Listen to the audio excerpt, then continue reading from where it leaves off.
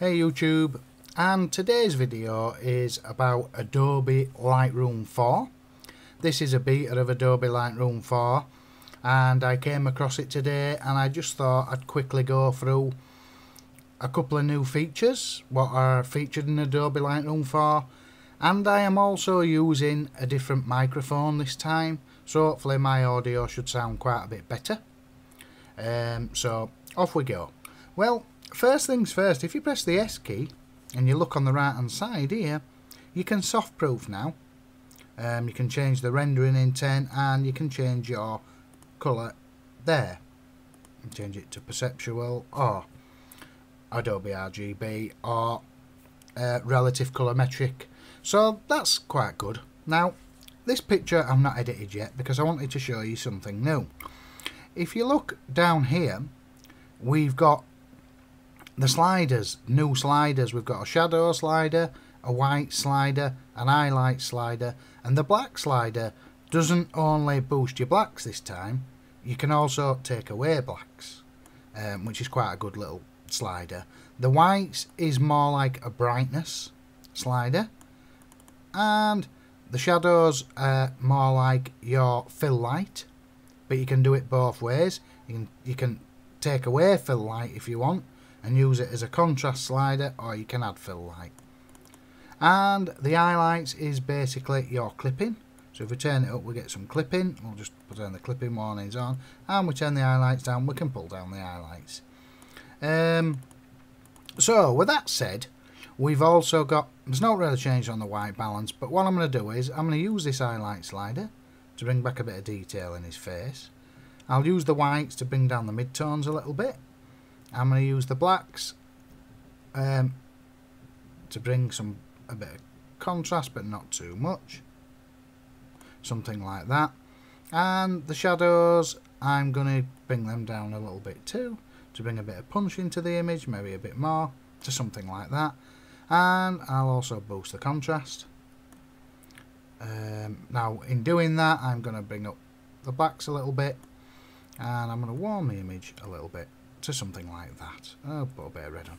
So if we go before and after. Now this is not, I'll just press the R key as well, and we'll just give it a little crop. We'll just go like that. We'll probably come in just a shade here. Just for the purpose of the video. It ain't nothing major, we'll put a bit of clarity on it. So we've got a before and after, before and after. Now, the before and after as well is what I've just noticed.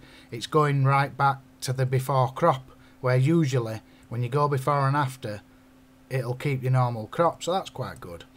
And as you can see, that's your difference there with these sliders. Now quickly, just to elaborate, your contrast is there. Your highlights, from what I'm gathering, is your recovery slider. Your shadows is, these are two new sliders, but it's classed as your fill light, but they've named it shadows, which totally not really makes sense because that's what fill light was, and highlights was, I mean, I don't know why they didn't name it highlight recovery, but anyway, highlights will do. Whites is brightness, more your midtones, and blacks, great how you can go up and down with your blacks now, so you can get a load of contrast off of them, or you can pump up your blacks. We'll just leave it down to about there for the video. Now, another little thing that I've noticed is under the adjustment brush. If you look now, you could pump up the white balance, and you can warm, oops, it's Command Z. Let me just reset the exposure and reset it. So you can warm up certain parts of the image. Oops, I've reset everything. Ah, there you go, right. I'm just going to make it extreme for the video, but you could warm up his hair if you wanted. So, and the jacket, you could give that a bit of warmth. So that's another good feature that I've noticed. You can customize white balance in certain parts of the image, which would be quite good because sometimes you shift your white balance and you might like the background but you don't like your subject. So that's something else that I've noticed that's new. Detail, I've not really noticed out under there, but I do believe there has been a fair improvement on things. I do find it a bit laggy sometimes when I'm clicking stuff. I'm finding a bit of lag. And then you've got this map. I don't think we've got that on the other one. And we've got a book. A new slider called the book. Now, apart from that, just a quick overview. I can't really see much.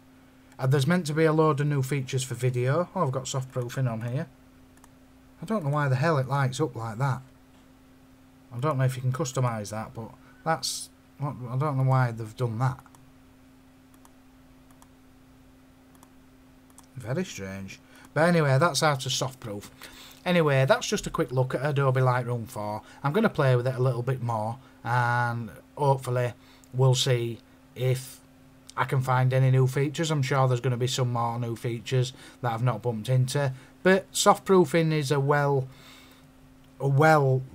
something I've wanted for a while, because when you edit in Pro Photo, then you save out for the web, it always looks slightly different. Well, now you don't have to come out of Lightroom. You could like soft proof this now, press the S key, know what it's going to look like for the web, and then turn the S back off, and then you're not guessing basically.